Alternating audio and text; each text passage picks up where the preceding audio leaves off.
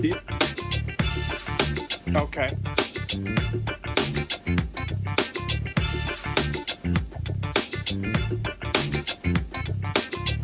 Does it? Okay. Let me see something. Yeah.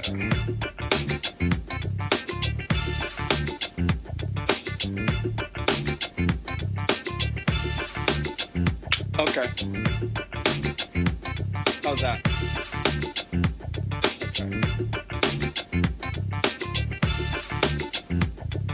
Okay.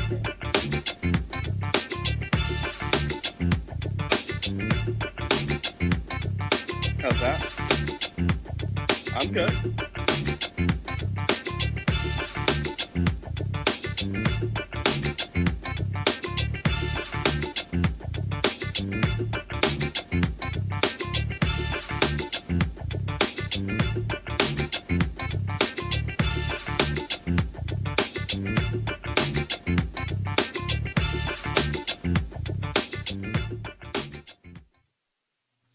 All right, folks, coming up on Roland Unfiltered for Tuesday, February 26, 2019. R. Kelly is out of jail on bail, but attorney Michael Avenatti is here with the details on the latest tape he submitted to prosecutors.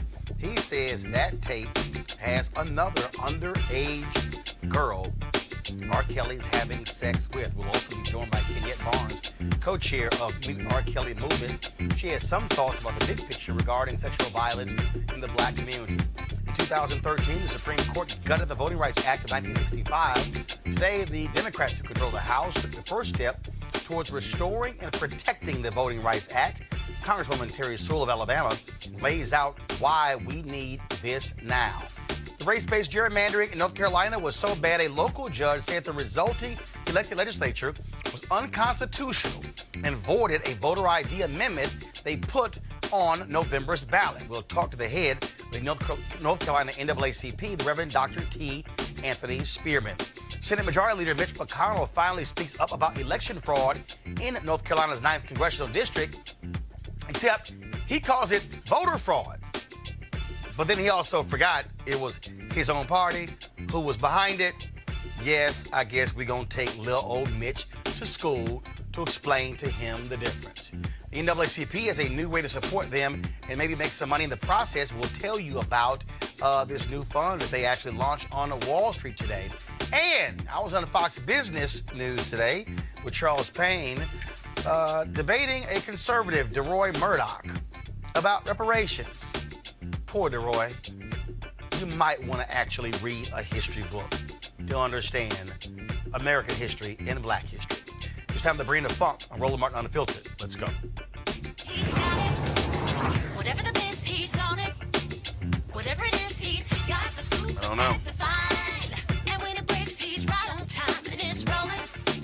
Best believe he's knowing. Putting it down from sports to news to politics. With entertainment just for kicks, he's rolling.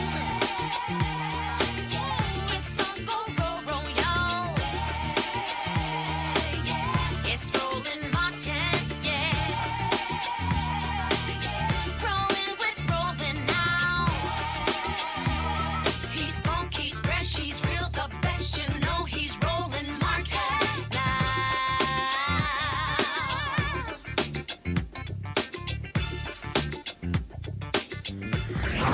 Martin.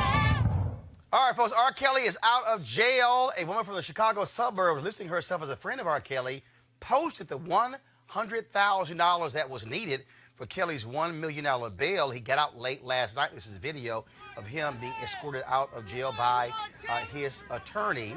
Now, Kelly is charged with sexually abusing 4 victims, three underage, over a period of a dozen years. He has pleaded not guilty. Now, this latest indictment of R. Kelly coincided with attorney Michael Avenatti providing damning video evidence to the Cook County State's Attorney Kim Fox. Avenatti said one of his clients came forward with a videotape showing R. Kelly having sex with an underage girl. Now he says he has another tape. Michael Avenatti joins us right now via the phone. Michael, so let's talk about the first tape you provided prosecutors. I've read different stories. That particular tape, the young woman who was on the tape from the 2008 case Is she the same person on that tape you provided Kim Fox? Yes. And so are you representing someone who came forward with that tape, or are you representing somebody who's making allegations against R. Kelly? Well, let me clarify. I represent 7 clients, 2 parents, 3 victims, and 2 of the 3 victims have charges in the indictment. So 2 of the 4 in the indictment.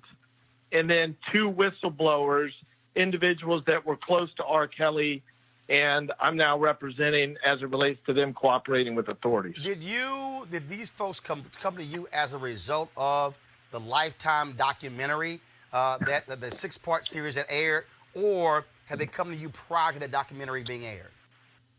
No, long prior to the documentary, with the exception of a couple of them who have come to me within the last week. But we were first contacted about this situation in April of last year. I didn't even know Lifetime was doing a documentary, frankly. And we started to dive into this. We agreed to do it on a pro bono basis because I was so outraged by what I heard. And I feel that these victims have really been done wrong by the system.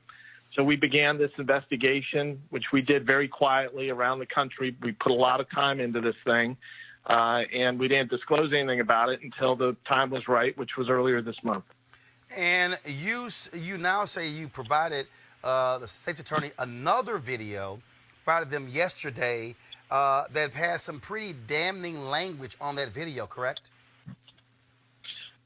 Yeah, and there's no question. I mean, the video and the audio are very, very clear. Roland, this is not the situation from 2008. There's no question as to the clarity of the video. There's no question it's R. Kelly. His mole on his back is clearly visible, which was a big issue in the prior trial. His voice is recognizable. There's no question the girl is underage. Both he and her refer to her as only being 14 years of age. It is a very, very damning piece of evidence, and I don't believe that R. Kelly will be able to survive this. And let me read. You posted this on Twitter. Henry, go to my iPad. In response to press inquiries, I can confirm that the video we provided to prosecutors yesterday includes R. Kelly clearly stating the following to the victim, sometimes on multiple occasions: give me that 14-year-old vagina. That's not what he said, though. Show daddy that 14-year-old vagina. Spread those legs and show me that 14-year-old vagina. Give me that 14-year-old booty hole. The victim also refers to herself as being 14 years of age repeatedly on the tape. The point that in the 2008 trial, you're right. First of all, one of the issues, he tried to say that it wasn't him. It was a friend or someone else or a brother. But on that video, that particular video, someone from the outside called him by his name, and he answered yes. And in that case, the jury didn't say that wasn't him. The jury could not ascertain the age of the girl on the video, which is why he was found not guilty on child pornography charges. Well, that was one of the reasons. I mean, there were a bunch of reasons in that case. I mean, that was one of them. The other one was that the victims did not testify. This case, a number of the victims are going to testify. There's 4 victims set forth in the indictment. But, I mean, this is not role play on this tape. I mean, this girl is clearly 14 years of age.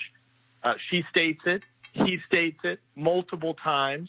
And you can also tell by other conduct on the tape that she's underage, based on some other things that she says on the tape, which I'm not going to get into the details of. But I do not see how he can possibly overcome this mountain of evidence.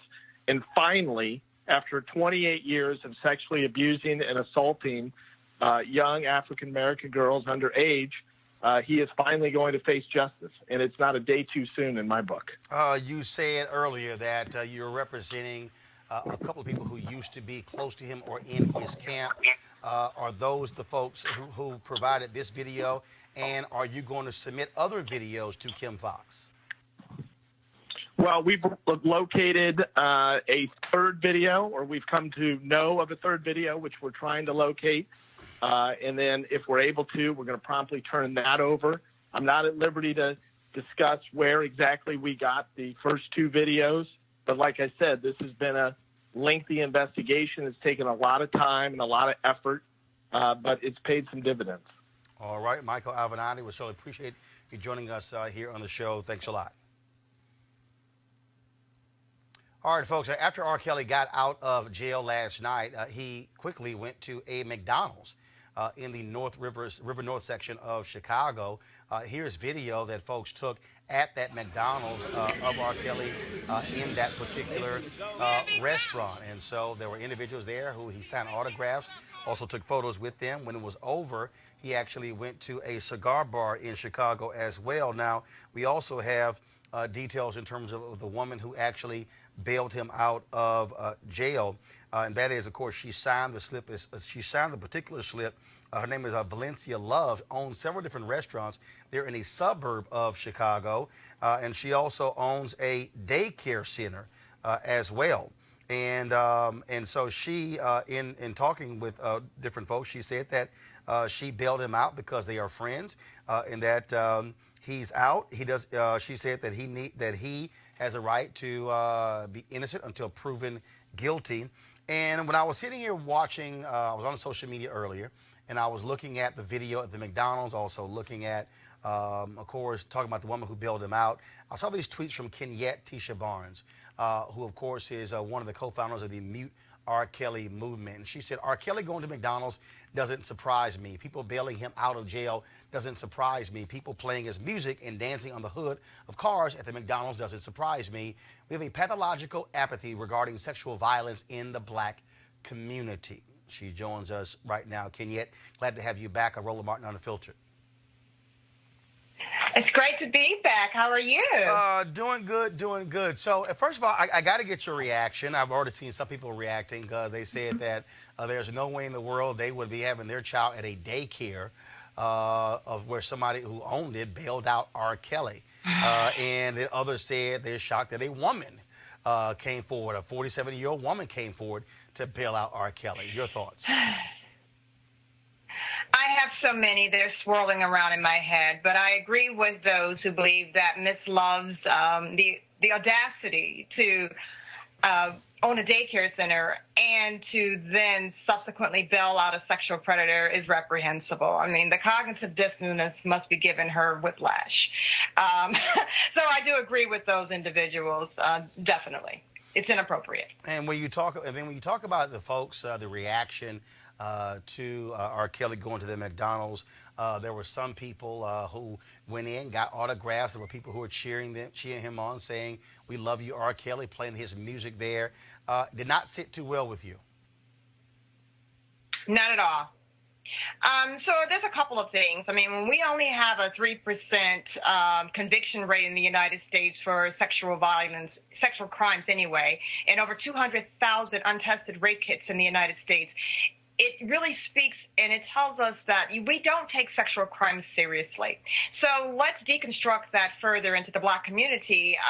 You often hear whenever you bring up sexual crimes in the black community that white supremacy is what we need to be focused on, not sex crimes. And, you know, while others might enter this as a legal professional, I entered this as an activist and as a survivor of child pornography.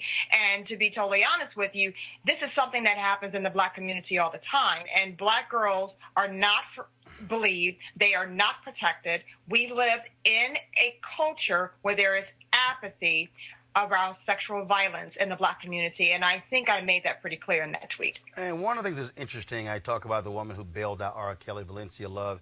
She released a statement saying that police should be more concerned about priests who abuse kids than R. Kelly. And I'm thinking about just yesterday where the highest-ranking priest ever, the Vatican treasurer, the bishop there in Australia, found guilty of sexually assaulting two choir boys. I'm just trying to understand why can't both things happen at the same time?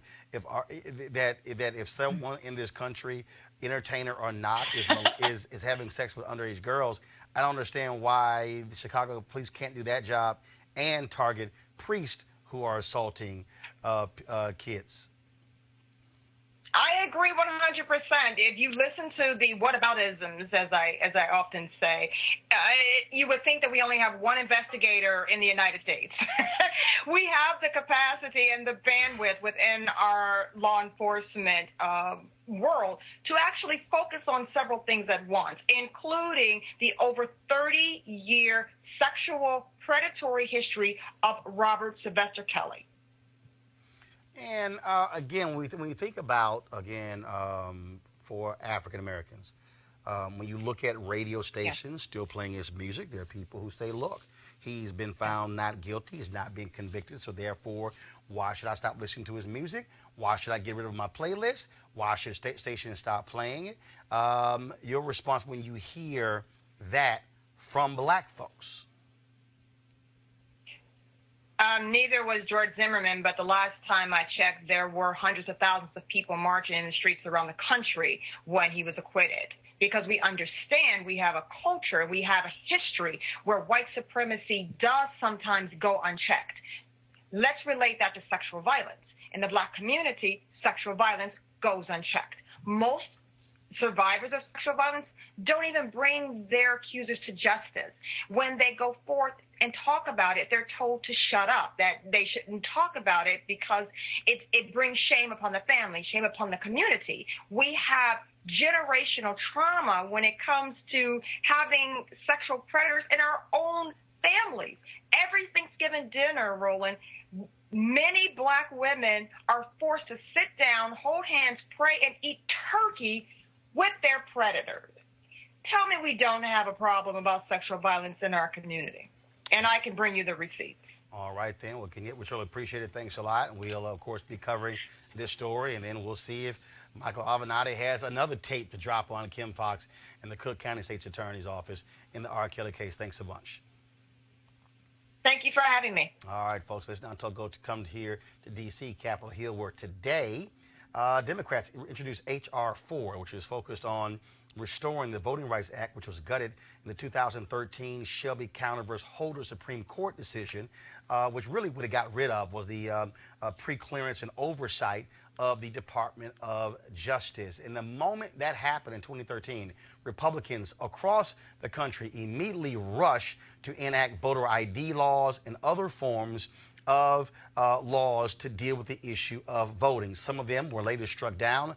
Others did move forward. When you think about the 2016 election, Reverend Dr. William J. Barber often says that voter suppression was one of the issues that largely ignored that had an impact on Donald Trump actually winning by 77,000 votes in 3 states. But Wisconsin alone, many believe that voter ID there impacted some 200,000 people, not just African Americans, but elderly, white voters as young voters as well. And so today, the Democrats met on Capitol Hill to announce the introduction of H.R. 4. Here is Alabama Congresswoman Terry Sewell there from the Black Belt of Alabama, which, of course, when you think about Selma, you think about Birmingham, that's where all of this originated. So to close out, I want to again thank those who are the steady drumbeat for voting rights in America, our amazing voting rights advocates. These groups have really been the drumbeat for so many of us. I know that we all want to take a picture with John Lewis, so I'm going to close this out by just simply saying, Shelby decision really issued a challenge to Congress, the Supreme Court did, for us to come up with a Section 4 that was modern day, a modern day formula. And our efforts are now to show that without Shelby, it's been pretty easy to see what state legislatures have been doing across this country without the protection, the full protections of the Voting Rights Act.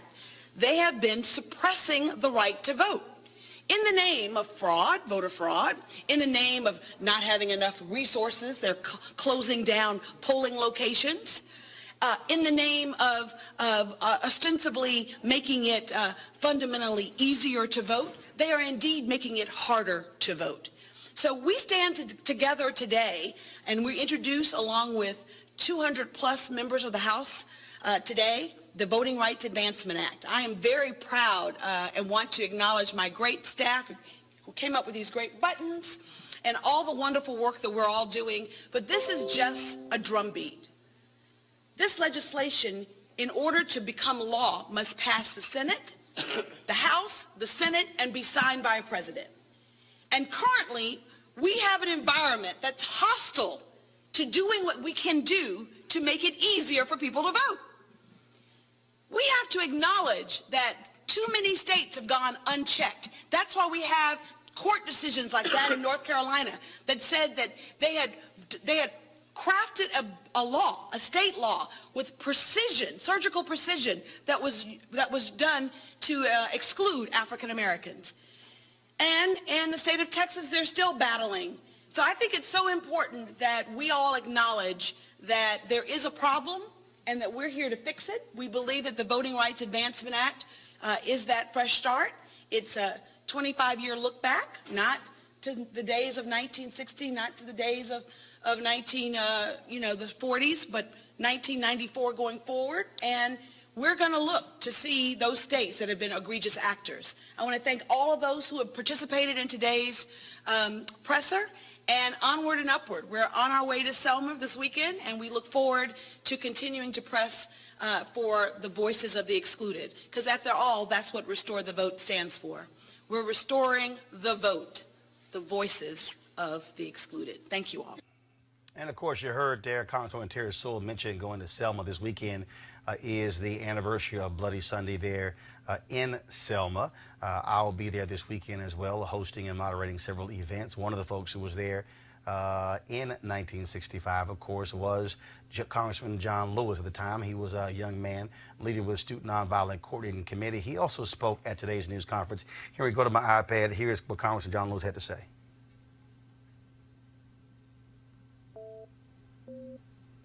Code shouldn't matter. The action of government affects every American, so every citizen should have an equal voice. And when that happens, politicians have to recognize the dignity and the worth of every human being. We all count.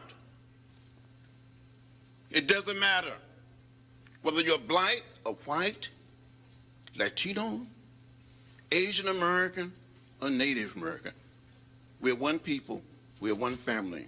We all live in the same house, the American house.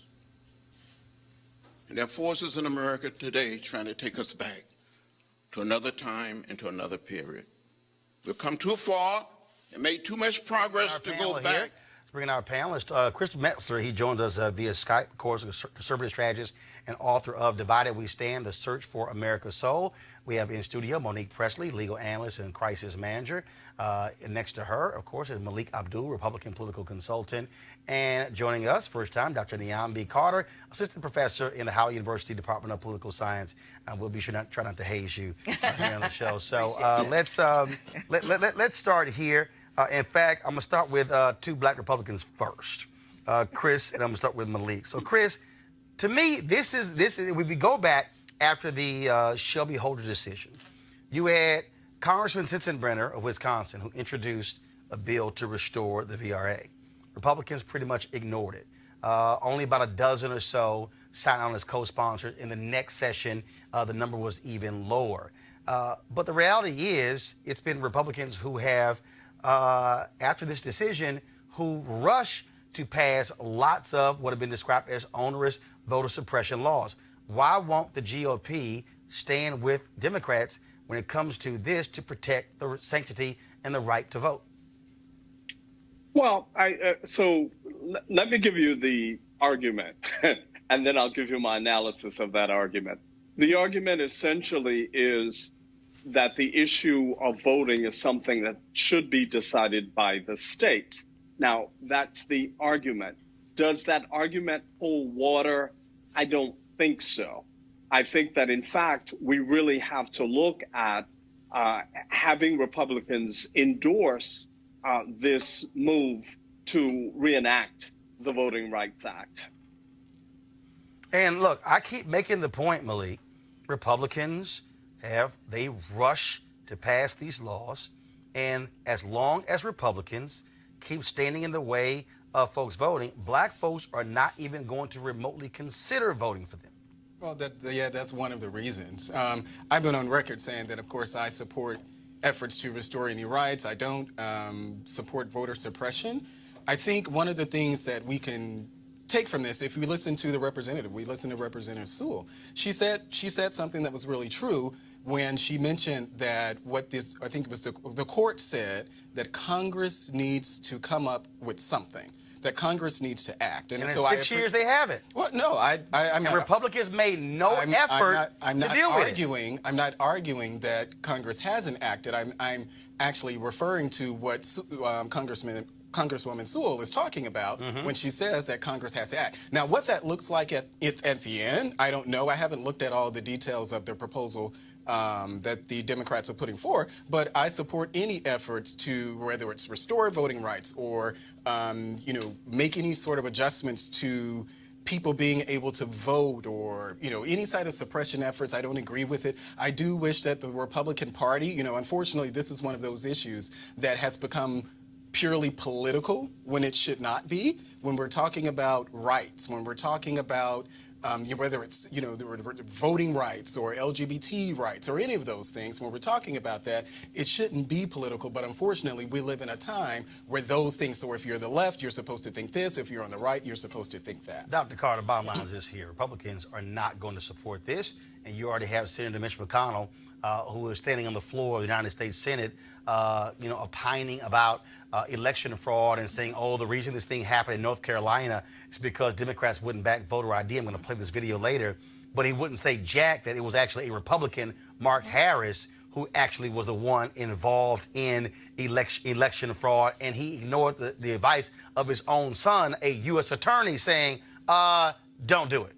Yeah, I think we had Mitch McConnell a month ago call H.R. 1, which was an attempt to address some of these issues about modernizing how we do registration, et cetera, as a power grab, right? The idea that turning Election Day into a national holiday, a paid holiday, so that it would make people's access to the ballot easier, he called that a power grab for Democrats. So I think Mitch McConnell has made it very clear, Senate Majority Leader, he has no interest in helping people secure the right to vote. And I believe, and I don't think there's any dispute here, at least, that having the access to the vote and being able to express that freely and with as little interference as possible is an ideal that shouldn't be partisan, right? But people are here playing politics, and you said something very critical, which is North Carolina was an example of election fraud, not voter fraud, which has been kind of this clarion call for Republicans to enact all these draconian measures. But really, voter fraud is a very, very small thing that doesn't happen. Election fraud, as we see, is very robust and is here. And this is the first time we've had a federal election have to be redone because of the actions of a person who wanted to win. Well, Monique, no doubt this is going to pass the House. And I doubt very seriously Mitch McConnell is going to allow this to even be up for a vote in the Senate, because let's just be clear. Republicans, if you look at the strategy of the party is actually to have fewer folks. You look at the people who are on Trump's so-called voter fraud commission, individuals who have long said point blank that, yes, if fewer people vote, it's better for us. Right. So the first thing is, whenever anybody asks me why I would never, ever, ever be a Republican, I always come back to issues like this, because it's not that I can't be fiscally conservative in my thinking. I think that I can. I think the older that we get, we are. Just, you make some money, you think twice about how you want to spend it. It's not as easy to want to give it away in your taxes. So it's a commitment to be a Democrat. But when you look at issues like this, where people kept saying the Supreme Court gutted the VRA, no, that is not what happened. The Supreme Court took a particular portion and said it's outdated. Prove to us why Arizona should still have to ask for approval from Congress before they change their voting rights. Prove to us why Texas should have to do it. Prove to us why Alabama should have to do it, and so on for all of the 13 states. That could have been fixed within 6 months. Elections matter. But they also didn't want to fix it. And in fact, that's what I'm saying. Because matter. the moment this decision was made, Republican legislatures across the country, Chris, rushed to implement voter ID laws, rushed to implement a range of other laws. You had Republicans in Maine who actually, the voters in Maine established same-day registration. The Republican legislature in Chris got rid of it, and then the voters came back in the next election, put it back on the ballot, and passed it 65% saying, who the hell told y'all to touch same-day registration? Yeah, well, you know, that's a major part of the issue. And look, I don't think that the party is sufficiently educated on this issue. It's one of the things that those of us who work within the party are trying to get the party to understand at a very fundamental level. And it continues to be a struggle. That's the reality. But there were also some good things that came out of some states being able to make changes, like online registration. So it wasn't that every change that was made was bad. It was that because there was a Republican-led Congress at the time, the short things that needed to be done to show Alabama still had a problem, and North Carolina still had a problem, and South Carolina still had a problem, those did not happen. And so what we need to see now is a fight for it. And we've got to explain this to our people, because I don't think it's just Republicans who don't understand what's really at stake, or maybe even understand the part that I just explained, you know, that this is a small part of a bigger piece of legislation, and it isn't gutted. We can put teeth back into it. It just will take the action of the legislature right now. Go ahead. I was just going to say, I disagree that Republicans don't understand. Actually, Republicans, particularly... Oh, they get it. They understood very well, and they implemented their plan to perfection, which was to suppress Black and Latino and poor and other voters that they did not want to see exerting their voice. But not just them, but also, I keep saying this here, and I said this on a panel at CBC a couple of years ago to all the civil rights groups. Y'all have got to challenge young white folks, because what it also protected were any moves made in those states when it came to voting.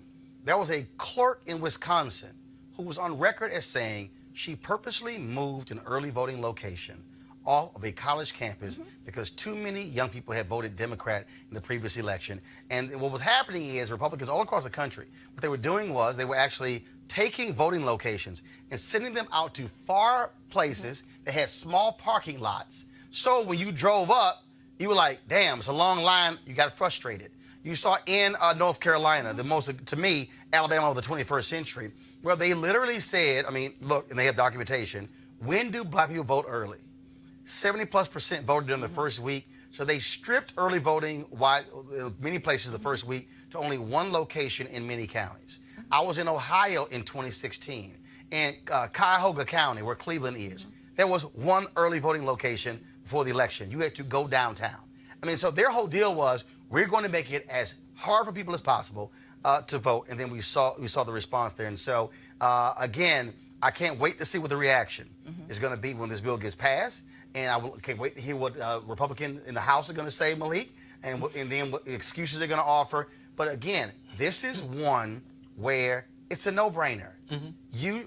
Republicans should be saying, no, let's make it easier for people to vote versus make it harder. And I don't think for a second that they're going to support this, and Mitch McConnell is going to fight it all the way in the Senate. And hopefully there are some senators with some courage who are going to say, you know what, this makes sense. We should go with it. And then, of course, if Trump vetoes it, get the votes to override his veto.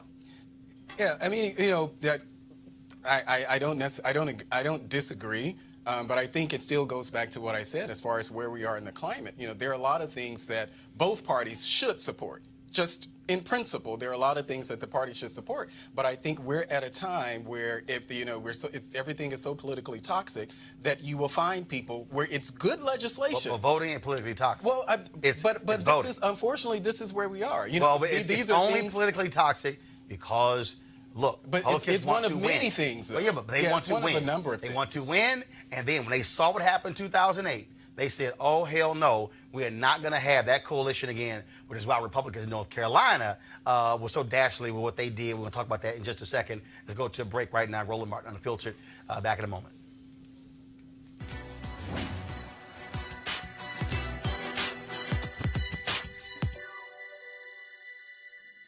Be loving enough to absorb hate. Civil rights activist and Nobel laureate Martin Luther King Jr.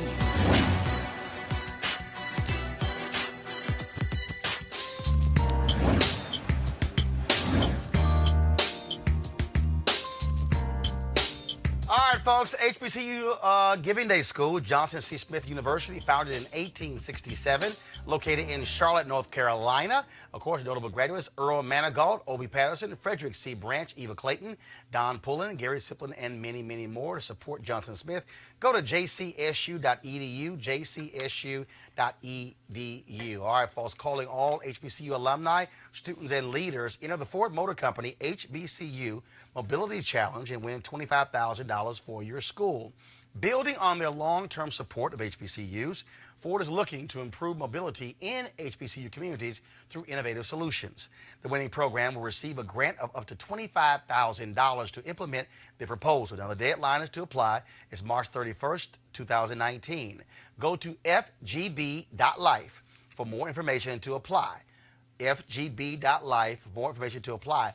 And if you're watching, tell your HBCU that if they don't know about this, they need to be doing it. You should be pushing this on social media. Again, folks, $25,000 that could go to one of the HBCU campuses. Ford goes further in our community, and we certainly appreciate them being a partner here on Roland Martin Unfiltered. All right, folks, so you've heard me talk about North Carolina, and I keep saying North Carolina is the Alabama of the 21st century.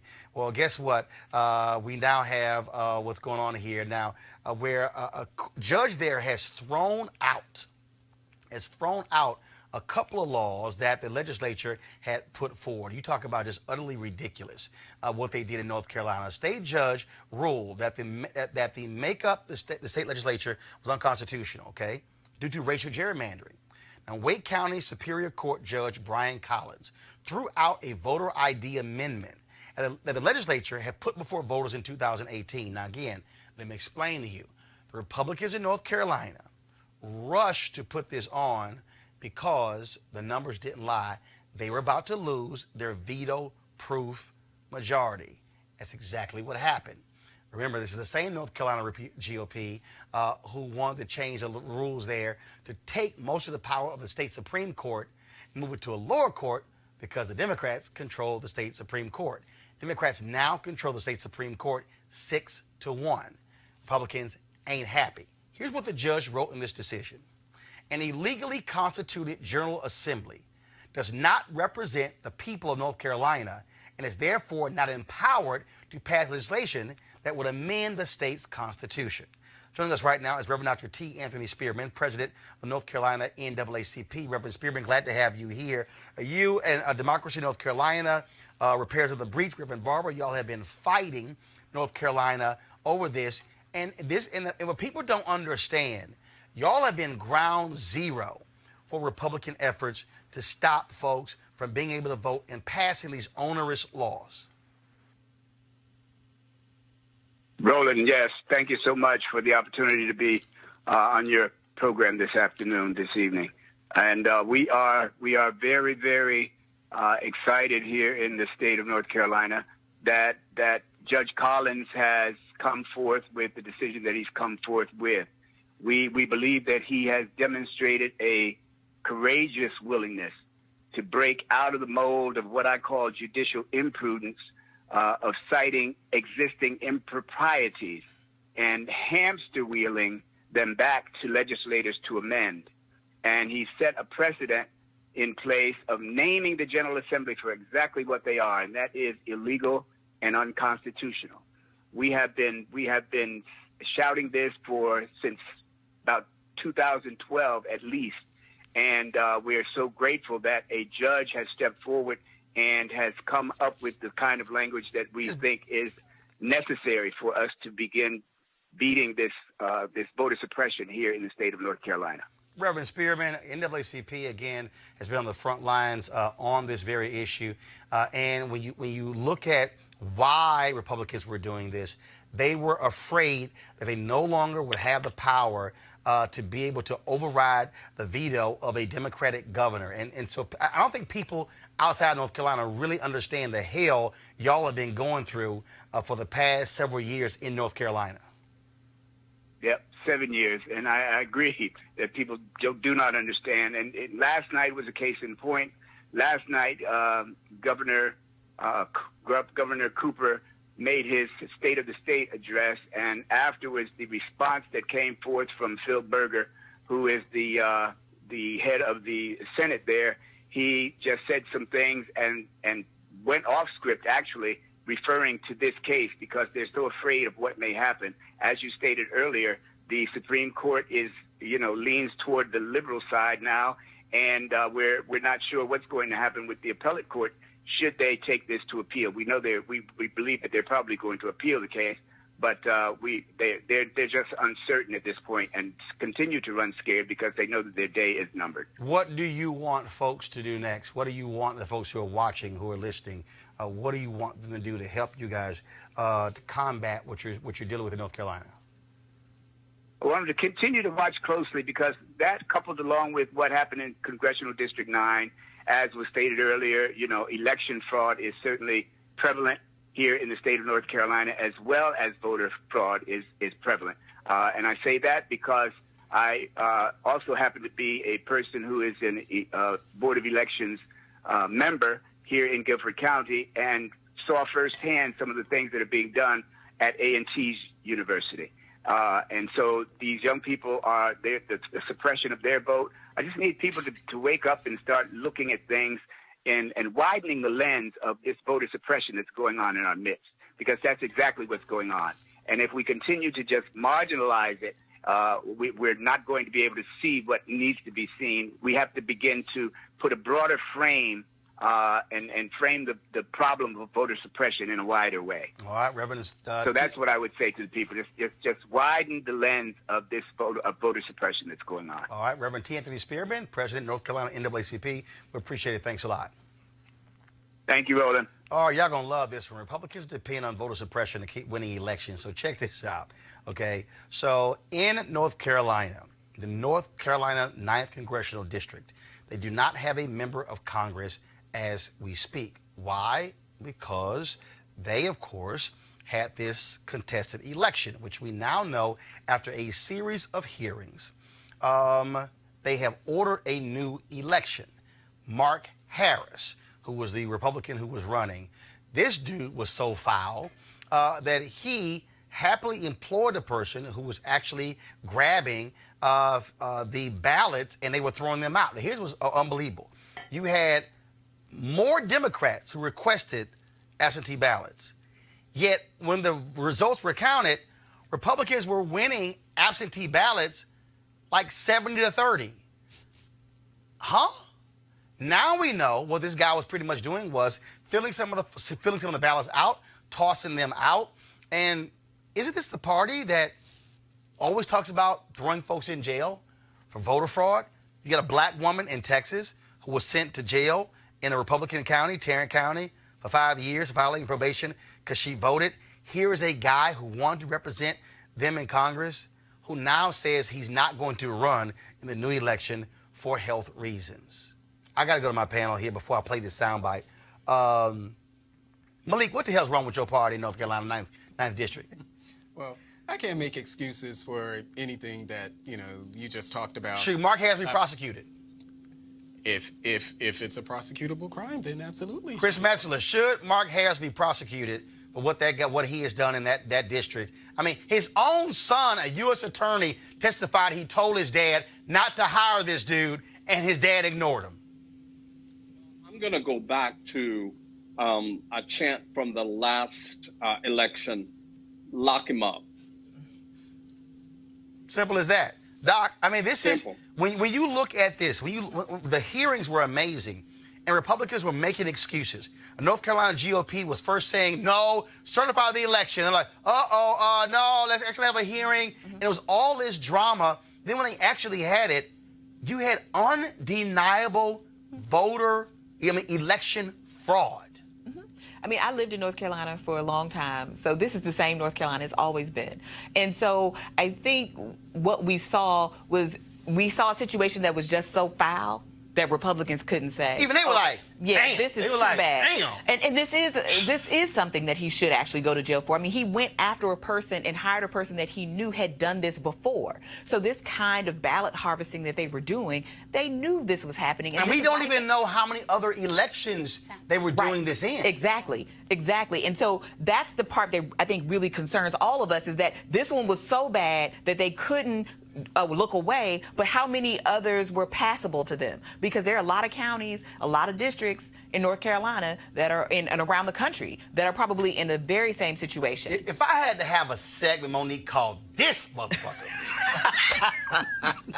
it would probably, I probably would use it. To you, I probably would use it for this video right here. Press play, Mitch McConnell. Madam President, anyone who's been attentive to the news these past few days has learned about the complete debacle that unfolded in last November's election for North Carolina's 9th congressional district. Soon after Election Day, allegations of illegal ballot harvesting and vote tampering clouded a close result. The wrongdoing seemed to have benefited the Republican candidate over the Democrat. Just last week, we saw the State Board of Elections unanimously call for a new election. Now, Madam President, for years and years, every Republican who dared to call for common sense safeguards for Americans' ballots was demonized by Democrats and their allies. We were hit with left-wing talking points insisting that voter fraud wasn't real. Never happens, they said. Well, that fraud just didn't happen. That modest efforts to ensure that voters who are who they say they are and are voting in the proper place were really some sinister right-wing plot to prevent people from voting.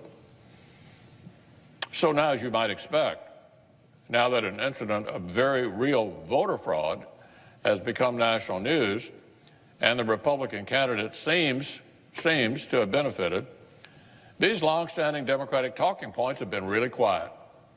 Haven't heard much lately from Democrats about how fraud never happens. They've gone silent. Now some are singing a different tune. Now there's a new interest in ensuring the sanctity of American elections. I've been focused for decades on protecting the integrity of elections. So I'd like to welcome my friends on the left to their new realization. They've just discovered that this subject really matters. Like I said, this money gone. No, it makes me so furious. Hold on, Chris. Monique, go ahead. It truly makes me furious to the point that I could cry because I have watched this man ruthlessly grab power ever since he ascended to this position, and it is done in an amoral manner. And to be able to stand there and first call it voter fraud when he knows the difference between voter fraud and election fraud, and then two, to say that it's the Republicans who have cared about the sanctity of elections while they refuse to update the VRA so that we could have protected voting rights. It's beyond anything that you could fathom from somebody who has an obligation to serve the people of the United States. And Chris, he's disgraceful. Chris, you want to comment? Go ahead. Yeah. I think maybe somebody invaded his body or something. Did he just say a long time ago? Did he just say that was voter fraud, or did I? Yeah, I hear that right? he said it was voter fraud when actually it was election fraud, and he conveniently skipped over that it was the Republican Mark Harris who was doing it. Yeah, well, how could it be voter fraud when the voters had nothing to do with it? I'm confused. Well, I'm confused. Well, again, though, that's like me being confused with the Republican Party of sending a tweet out today trying to call Michael Cohen a liar when he was deputy finance chair for the same damn RNC. I'm like, that y'all thought we forgot, But again, this is what is hilarious here, because to your point, Republicans in North Carolina seat them, certify the election. Then the lie was so powerful. We might want to have some hearings. They're like, but no, we still want to see. It was so. Then they had no choice then to call for a new election. Now Mark Harris, now he's sick. Now, I love this one when he was on the stand testifying. Okay, I love this one. He was on testifying, and then they hit him with, but your son said this, and he went, oh damn, I'm sick. I'm sick. I think I caught something right here, and so my memory is lapsing right now because I'm sick. No, your ass lying. Well, oh, no, go ahead. Don't believe. Well, so this is one of the things, and Chris actually alluded to it earlier. This is one of those instances where Republicans make it hard for us, people like me, people like Chris, to really get Black Republicans. Yes. Honest Republicans. Yeah, to get people, to move people in any way. And I think part of the problem is that, a lot of these things, I think there are a lot of political calculations that have racial implications that the party does not understand.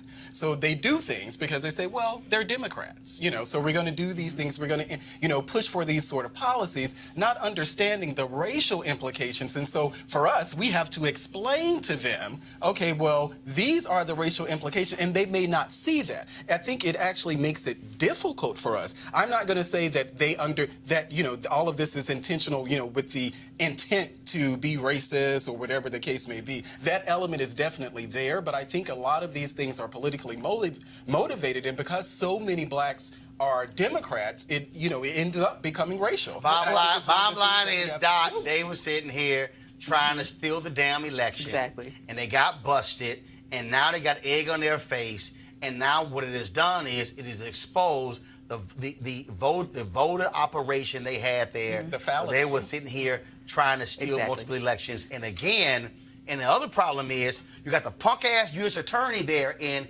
that area who refuses to go up to Mark Harris, and he still walk around like he blind going, where is voter fraud, when it's sitting right in front of him, and he's done nothing to prosecute these folks in this case. Well, and this is a great thing, at least in this moment, about transparency in records. Because if it was not for the records that North Carolina kept, we would have never been able to detect this. But this is the stuff that Mitch McConnell does that I think is dishonest. It's intellectually dishonest. He's not a dumb man. And he's playing footsie and playing cutesy with all these, it was voter fraud. He knows it was election fraud. Most people don't care enough to commit fraud on this scale. The people who care are the people who want to win. Right. And the people that they want to disable are black people, young people, Latino people, poor people, old people. And they do that, and they do it with impunity, and they don't care. And I don't like this idea that, they don't mean it. Yes, they do. These are not silly people. Democrat, black, Latino are almost synonymous. So we know who we're talking about. And so they don't do this in these districts not knowing. Bladen County, they know who lives there. Right. They know it down to the person, to the block.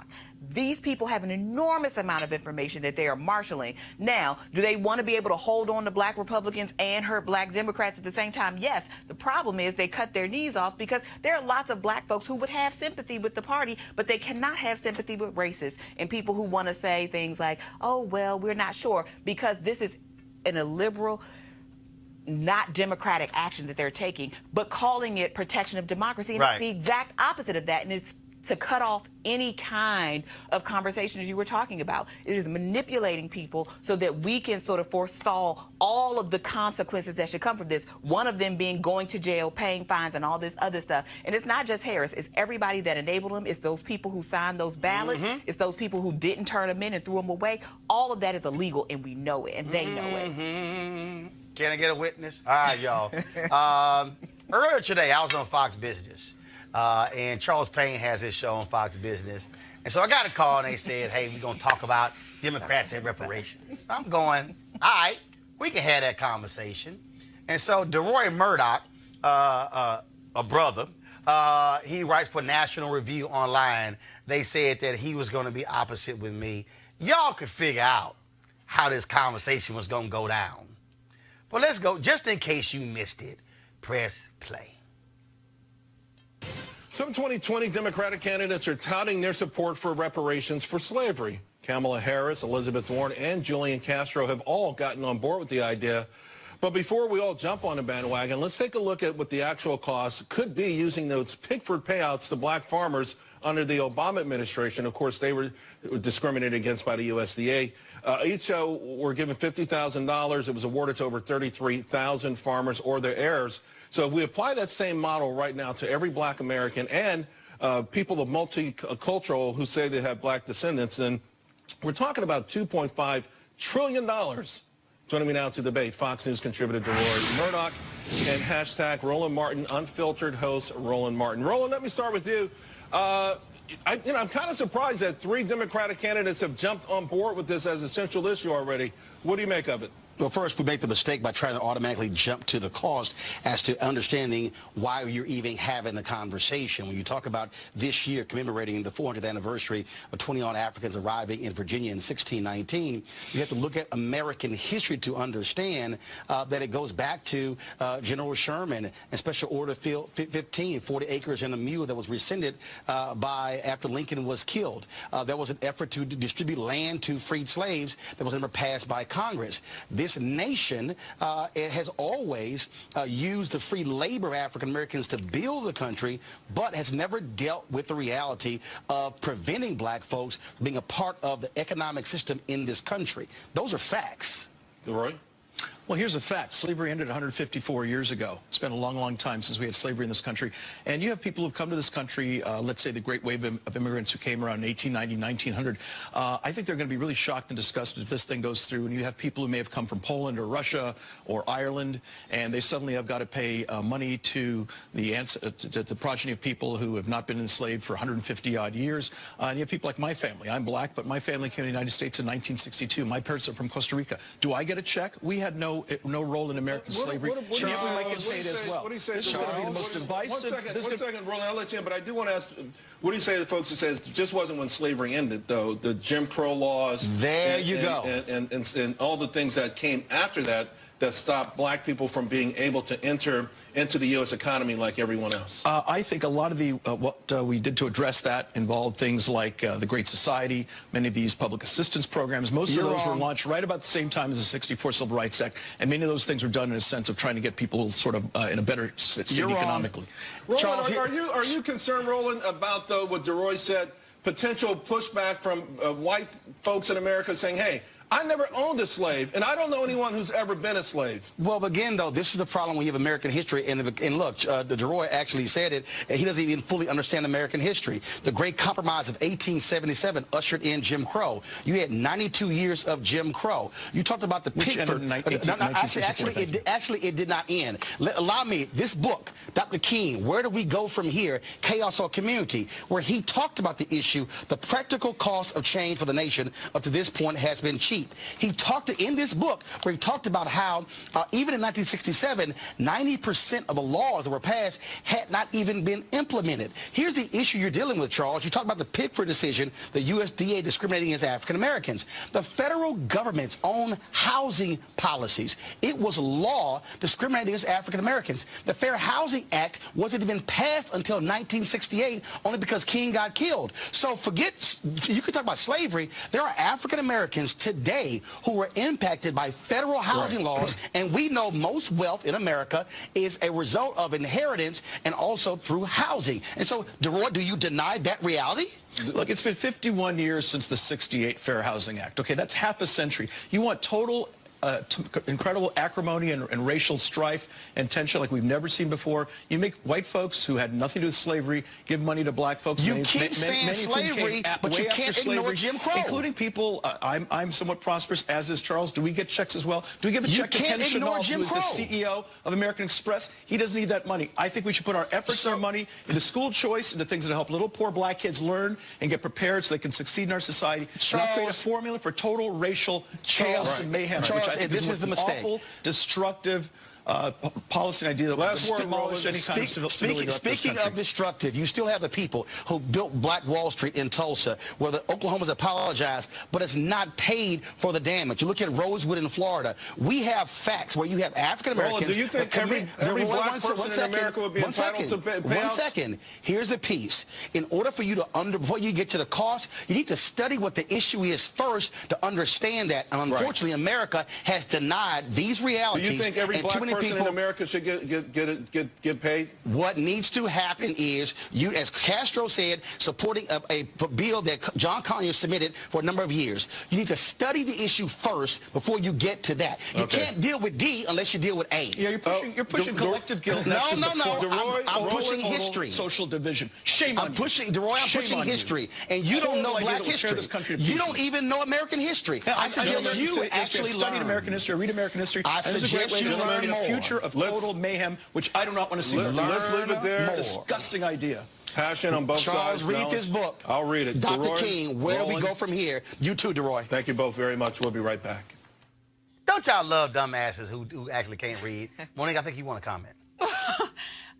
So the part of the I Have a Dream speech of Dr. King's that nobody really wants to quote. That top part? Yeah. Right. They quote the riffs, right? Because that's all They quote the dream eloquent. part. Make us all feel good. And it's real. But before that, he talks about that check that the United insufficient States funds. of America has been, it came up insufficient funds back then. You know, it's been insufficient funds since we were slaves, and it's still a bounce check to this day. I don't care what they have to do to figure out who gets the check and who doesn't get the check. I don't care what they have to do, how many censuses they have to go through, whether the immigrants get it or don't. It has to be done. So these candidates who are taking the right stand in principle are, to me, taking the right first step.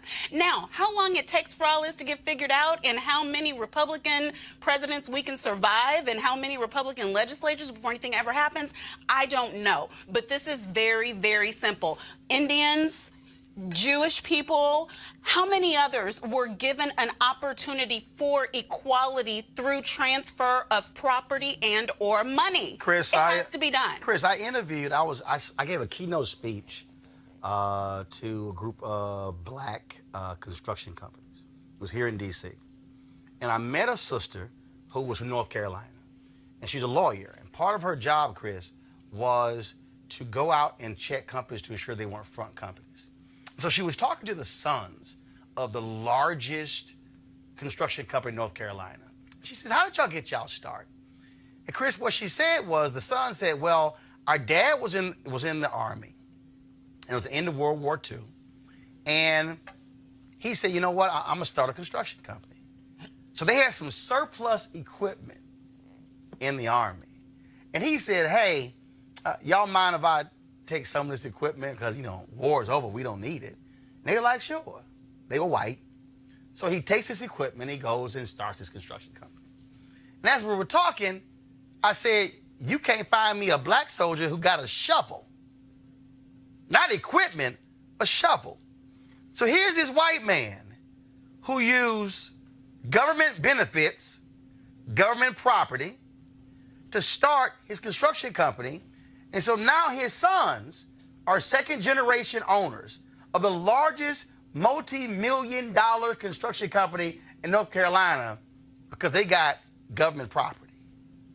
And so when you have this conversation, people act as if, that's why I kept going back to, dude, you keep talking about slavery. You can't act like 1900, 1910, 1920, 30, 40, 50, 60, 70 didn't exist, because the point I was making when you talk about those laws, again, in King's book, he writes in 1967 that 90% of those laws passed were not even implemented in 67. You still had housing discrimination lawsuits that are continuing today. And folks act like, well, it's no big deal. Y'all just making lots of noise. Your thoughts? Well, I mean, personally, I'm not a big reparations fan.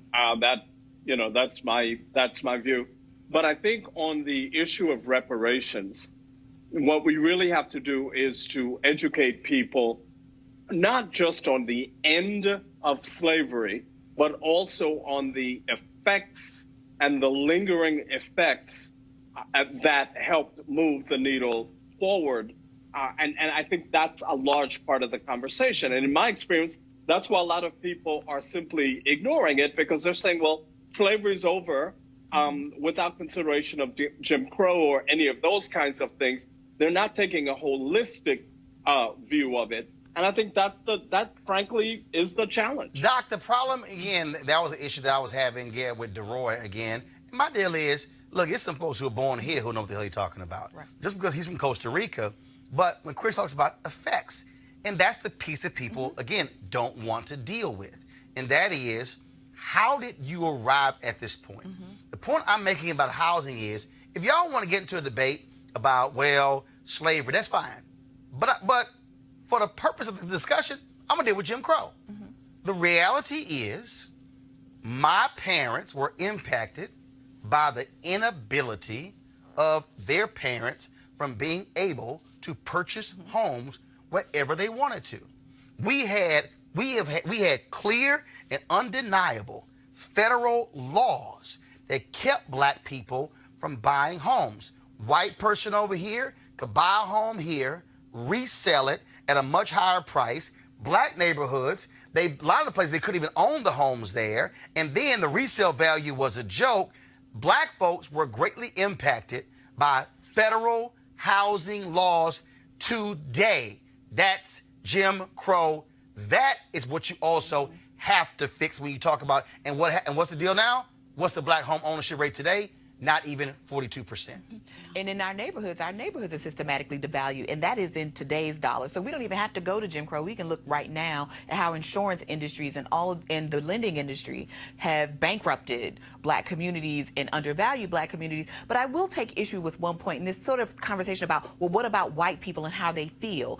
I'm paying for a war. We are paying for a war we don't agree with, many of us, because we pay taxes. So when we talk about reparations for Japanese in the 1980s, black people paid for that. Native American people, Latino people who didn't intern anybody paid for wars and had black soldiers who served in the wars fighting for freedom, and they could not take advantage of the very same freedom. And reparations is essentially black folks giving America, the government, interest-free loan for the last 400 plus years. It's a debt. And that's different than even paying for a war. It's like money we owe to another country. We don't have a choice to say, oh, we've owed that money since 1925. We'll just decide not to pay it. Of course, we don't pay our bills, but that's how it is. But Chris, all pay it. Chris, my greatest problem with Chris Messler was Malik. My greatest issue with Chris Messler was talking about, which is my issue with DeRoy and folks like him, is that they don't even understand American history. They don't even understand the fact that 243 years of slavery, 10 to 12 years of Reconstruction, 92 years of Jim Crow, and then if you use 1970 as the marker, black people have been technically fully free Americans for 49 years. And not only that, the reality is the Fair Housing Act was only passed because it was filibustered for 3 years, and Dr. King had to be assassinated for the House to actually pass it after the filibuster was actually ended in the Senate. But the thing that jumps out at me is that, which the reality, he's talking about, well, how are white folks going to feel? The problem is that there are white people who have no clue about American history, who have no clue about Black Wall Street in Tulsa, no clue about Rosewood. Those are just two that we know primarily because of a book and a movie. The reality is, you can go across the country and you can find Beaumont, Texas, Springfield, Illinois, numerous black neighborhoods that were burned down and gutted and destroyed because of racism, and it was done by cops who stood by government, politicians who stood by government, and none of those places were rebuilt. You can show black people who were run out of the South saying, nigga, we will kill you if you don't leave. Black people who literally left hundreds of acres of land to escape being lynched. That was not, and they were not being protected by cops. That is government. And so when you had, so when white folks, like I had one white dude who sent me an email saying, nigga, let me go ahead and read this here. It was I need to read this for y'all to understand the reality, what you're dealing with. So he sends me this email, Jonathan Morse. You can pull your dumb nigga shit on CNN, but do yourself a favor and stay off Charles Payne's show. He is too smart for you and makes you look like a stupid fool. That's what I'm talking about. Go ahead, Malik. Yeah. So here, it's hard to even respond to something as offensive as that. Unfortunately, reparations has in many ways become a distraction. You know, we can discuss ways, whether we're talking about the early 1900s, you know, the red line, the makings of the ghettos, for instance, the making of the ghettos were created. Right, the makings of the ghetto, where we're talking about by Chicago, city, county, state, and federal governments. Whether we're talking about Chicago, whether we're talking about New York, the redlining that went on. Yep. You know, there are a lot of, and I think this is, you know, kind of what Chris touched on as far as how we deal with the vestiges of slavery. And whether that's through, you know, the era of Jim Crow, there are a lot of things that we have done. I think there are a lot of things that left that we need to do, but things that we're talking about in cities you can just look here in D.C. You know, you're talking about housing. You know, Ari Teresa, one of my friends, Ari Teresa actually just filed a $1 billion lawsuit against this District of Columbia because, and I think if I'm quoting correctly, for efforts to purposely displace black people in favor of gentrification. And I'm saying this to say, you know, this has been a bipartisan problem that both sides have ignored. What reparation looks like? This ain't both sides. No. This ain't both sides, okay? Because, see, in this case here, I ain't dealing with sides. No, I'm going to deal with sides. I'm going to deal with white. I'm going to deal with black. Those are the sides. They ain't left, right, Republican, Democrat. Because the reality is white folks benefited, Republican or Democrat. But this is the issue. And look, we're going to have other discussions on this. But let me say this here, and then I'll let each one of you comment on this before we end. And that is, you cannot find in American history 15 consecutive years of sustained black growth. 204, August 1619, first 21 Africans arriving. So you go from there to Emancipation Proclamation, 243 years. And when you look at 10 to 12 years of Reconstruction, 5 years into Reconstruction, white folks are like, all right, y'all, we good. All right, look, we done enough for y'all. 13th, 14th, 15th Amendment, 1860 Civil Rights Act. What the hell more do y'all want? Okay. So then you go to 1876, the Great Compromise of 1877, gets into effect. Jim Crow, now 92 years. Emmett Till gets killed August 28, 1955. Montgomery starts December 1st, 1955. Let's say it goes through the Fair Housing Act. It's 13 years. It's 13 years, okay? But the reality is that still wasn't economic growth for black people. That was fighting for rights. Then, of course, you have Hatcher, elected mayor in Gary, Indiana, Stokes in Cleveland, Maynard Jackson, elected mayor of Atlanta, Coleman Young in Detroit, Mayor Marion Barry in D.C., these black mayors elected. So let's say, okay, fine, that's 70, say late 68, 80, what happens? Okay, growth for black folks in business, 0.0012% of the contracts in Atlanta when Maynard gets elected at 12 cents for every $100. That's 12 years. 1980, Ronald Reagan. In the affirmative action programs, Supreme Court rulings, okay, about 10, 12 years. But then when you go through Reagan, let's say you get to Clinton, okay, fine, you get to Clinton, okay, America goes up, highest point of black home ownership ever is there, and all of a sudden, Bush becomes president, thing collapses by 2007. We lost 53% of all black wealth. Now you're still trying to build. So the reality is, black people, for 400 years, went here, then here. Went here, then here. Then went here, then here. We didn't go here and come down to here. No, we literally went here and dropped all the way down here. So you have not had sustained economic. So we've literally had to restart every single effort, which is why if you look at black wealth right now, you see why it's $5,000 or whatever. Average white is $110,000. And Chris, that's what white folks who have no understanding of American history don't realize. Well, and that's exactly it. The conversation has to be exactly what I said about effects. It also has to be about state actor and state action, particularly in the creation or inaction of ghettos. Inaction. But I'm talking specifically about the creation of ghettos from a housing standpoint. There were state actors involved in creating those. So we've got to look at all of those things and explain that. And it's not just white folk. I think it's a lot of folks, including black folks, who don't really understand that. Monique? Yeah. Right, so the thread that you can see is from not being able to own property to creation of not just ghettos, but being property and not being able to own property. But that's what I was going to say, larger rental communities because of an inability to own. It's not just in the poorer areas where you're dependent on government housing, because that's what people say. They want to turn it into a personal accountability kind of issue. No.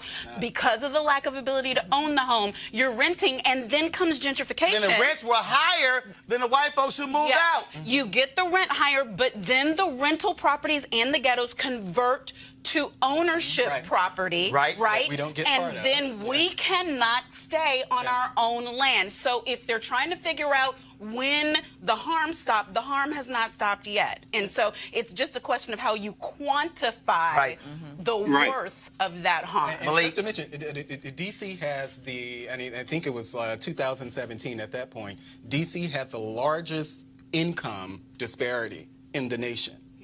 In the entire nation. We have a very educated class here, but that's just another thing that we can look at when we're talking about, things that we can do. Reparations aside, let's look at those type of policies. Let's look at what we're doing around gentrification to, get black people, to lift black people up. I think that's when I said that reparations, in a sense, sometimes ends up being a distraction. Let's talk about all of the things that the Obama administration is doing to address that. Let's actually talk about the things that the federal government is doing right now to address that. These things are happening. But the reality, Doc, is you can't deal with just the housing piece if you don't deal with the wages piece, and you don't deal with the education piece, and you don't deal with the other pieces. Housing. And that's the fundamental problem. America wants to have, that's why when you heard DeRoy talk about the anti-poverty programs, what he did not want to confront is the reality that the anti-poverty programs were actually working. Read the book Nixon Land. They were working, but it was middle-class white folks who got mad saying, why is my money going to these damn black people, when the reality is a lot of the money was going to broke-ass white people. And the broke-ass white people would understand that if you even go back to the 1800s after the Civil War, broke white people's quality of life increased because of what freed slaves were doing. Go listen to Dr. King's speech he gave in Montgomery after the Selma to Montgomery March, where he talked about the advances that were happening between poor white people and black people. And it was rich white folks who said, oh, hell no, we can't have broke white people and freed slaves getting together. And so they utilized the media to create the wedge of Jim Crow, which has still lasted today, because you got broke white people who think, look, I might be broke as hell, but I'm not black. And so that's what you're dealing with. That is the story of America, Doc. And again, America has never wanted to own up to what it has done for 399 and a half years to people of African descent. Yeah, I mean, I would just say whiteness is intoxicating, and white supremacy as an ideology that tells you that your white skin makes you better than everybody else. I mean, that's something to believe in when you don't have very much. And it didn't take much to separate poor whites from blacks. But I will say this, I mean, whether it is fair housing programs, I mean, we have to talk about health disparities. We have to talk about all of these things, because stress kills black people at exorbitant rates, right? We know it's not just about, it's about a lot of things, but it needs to be focused on black people. But the other piece is here, when you also didn't have an opportunity to have a high-paying job, damn it, you can't afford health care. You've been frozen out. You were frozen out of Wall Street. You were frozen out of banks. You were frozen out of numerous jobs. That's the piece that that DeRoy didn't understand when his parents come from Costa Rica in 1962. Dude, you don't understand. Black people were frozen out of every single level in America. You have black PhDs who were pushing brooms. Well, and also it's also those same black people that made it possible for DeRoy's parents to come here and have some of the freedoms that they did enjoy in the United States. So black people do a lot of the work for lots of other people, and a lot of people want the benefits and none of the burdens. But I will say this: we have to insist that if reparations, whatever it's going to look like, that it has to be focused on black people, because people say, oh, it's affirmative action. Affirmative action wasn't focused on black people. No, actually it wasn't. And the particularities of the community. Well, first of all, it wasn't, because, again, for folks who don't even understand the history, that was white women in place. White women have benefited more than anybody else. And in fact, you had a white racist out of Virginia, Homer Smith, who thought that he was going to shut down a 64 Civil Rights Act, putting women in it, when in fact it actually had it passed, which is why I tell white women all the time, y'all run around talking about Title IX. That wasn't about no damn sports. Title IX is about opening professional schools, lawyers, doctors, dentists, professors, engineers, to largely white women. So y'all were benefiting from that. And if y'all ask where it came from, a provision of 1964 Civil Rights Act. And so again, people need to understand, they have no understanding, again, of history and how all these pieces fit together. Folks, do this here. I sent this to Charles Payne, and I sent it to him on Twitter as well. Again, and look, y'all can tell, I done went through 3 highlighters reading this book here. So y'all can see all the yellow that's in this page here. This book was written by Dr. King in 1967. He gets killed April 4, 1968. This book was not published a decade after his death. I think some folk did not want us reading. This is, I got 1,000 books in my library. You read this book, you'll be blown away because he literally talks about what it takes in order for African Americans to be able to get ahead in America. The book is Where Do We Go From Here, Chaos or Community? If you want to order it, go to the MLK, go to the King Center in Atlanta, because you order from there, they get a cut of it, okay? So if y'all want to help the King Center, damn it, go buy this book. Every black person should have a copy of this book. I'm just being straight up. And real quick, before I went on the show, I had this book. Mary Frances Berry, we had her on the show, my previous show. She wrote this book. It's called My Face is Black, It's True, Callie House and the Struggles for Ex-Slave Reparations. So Mary Frances Berry, a former head of the U.S. Commission on Civil Rights, actually wrote this book as well. Just an amazing book she wrote as well. And so I'll tweet both of these out for y'all as well for you to check out. And so again, this is not the last time we're going to have the conversation. You're hearing the question that's come up. Again, the reason I refuse to have a dollar amount conversation is because they want you to short circuit the discussion. And so I'm not going to have a dollar amount conversation. And I think on the whole issue, when people say it should be for blacks only, no, you can actually create policies that are need based. And if you create very specific, now follow me, there's a way to do it, because again, understanding laws, I'm taking into account Supreme Court decisions when it comes to what is race based. Right.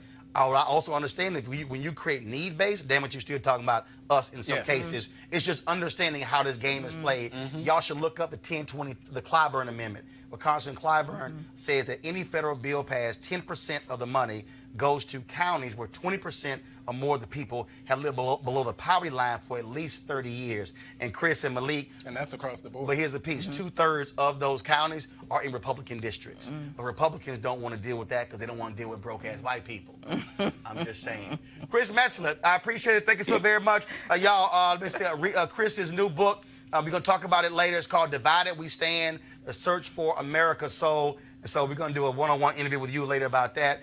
Monique, Malik, and Doc, appreciate it. Thank you so very much. Glad to have you here. Dr. Niambi Carter, she, first of all, Howard University, assistant professor in the Department of Political Science. Y'all come on.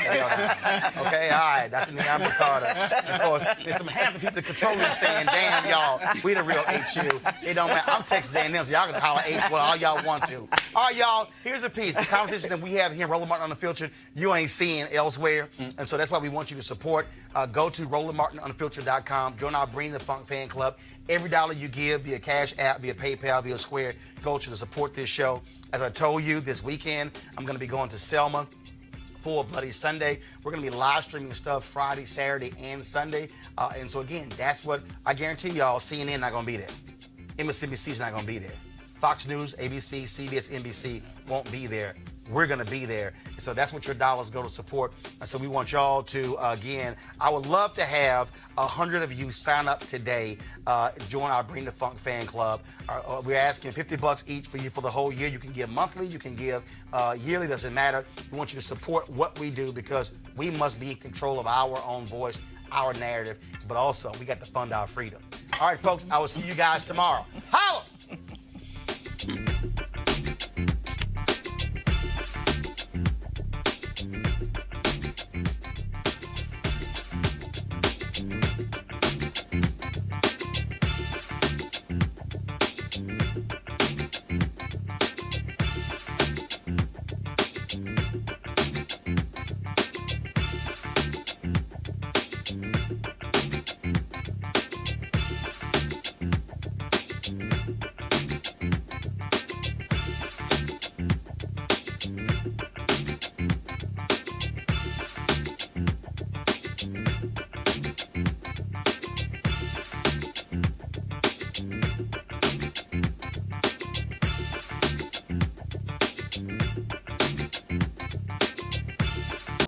You want to check out Roland Martin Unfiltered?